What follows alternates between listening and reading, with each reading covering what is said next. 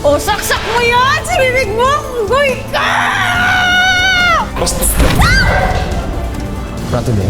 Sobrang papansin mo. Uy, tama na! Tama na! Tama na! Oh, ay! Tama na! Tama na! Tama na! Tama na! Tama na!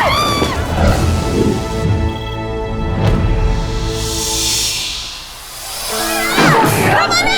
Hindi ba talaga kayo titigil, ha? Ano ba problema yung dalawa? Eh, mo masyado papansin kasi to eh. Dapat hindi mo na ginawa yun. Tamay ka pa tuloy. Pero salamat bibigyan kita ng special pansit na nanay. Yun yung paninda ko bukas. Alam mo okay yung space na yun. Nakita mo? Nainaalala mo ba yung pwesto ni Aling Oriang? Oh, maganda yon. Yung isang suki ko yung nakabili. Gusto niya daw magtayo ng kainan. Yun, gusto ka daw makausap kasi gusto niya makipagsosyo sa'yo. Hello po, tita. Joke ba to? Hoy, ikaw ayoko ng gulo. Pag ito nalaman na naman ng lola mo, sigurado may away na naman mangyayari.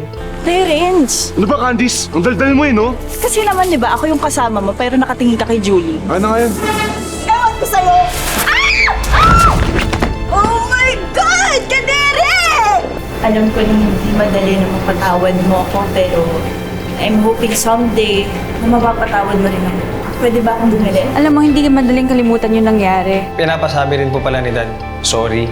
And sana itong ang business na to yung maging way para daw magkabati kayong dalawa. Ako hindi ako madaling magpatawad, Pero business is business. Pero sige, business is business. Akin na yung 50 mo. Pares kayo ng nanay mo, no? Bakit? Oh my God! Guys! Tulungan niyo ko! Aray! Kuya, anong ginagawa mo? Ang sakit ng tiyan ko! Ganito ginagawa ko ng sakit ng tiyan ko! Rom, Rom! Aray ko! Ano ba? Rom! Tama na! Sino ka ba? Hayop ka! Terence? Rom! Buti naman gising ka na! Alam mo, lagot talaga sa akin yung Terence na yan. Magsusumbong tayo sa polis. Julie, akong bahala. Hindi pwede. Magsusumbong tayo sa polis. Sabi ko na nga ba, ikaw nagpahamak sa apo ko eh. Mamita, wala siya kasalanan. Shut up. Ma'am, Ikaw ha, tingnan mo yung mukha ng apo ko ha. Mamika! Sabi ko wala ha. Galing mo pa dun sa new store niyo ha. Fairness ha. Sa sarap ng mga food. Pag-ingat. Baka ma-food poison. alam mo, Candice, nakakapangit ang pagsisinungaling. Ba, yung mayabang ka na ha.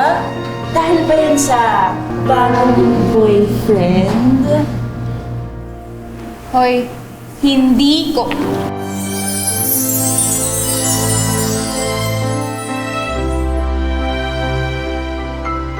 Tungkol dyan ang tampok nating kwento dito lang sa Tadhana.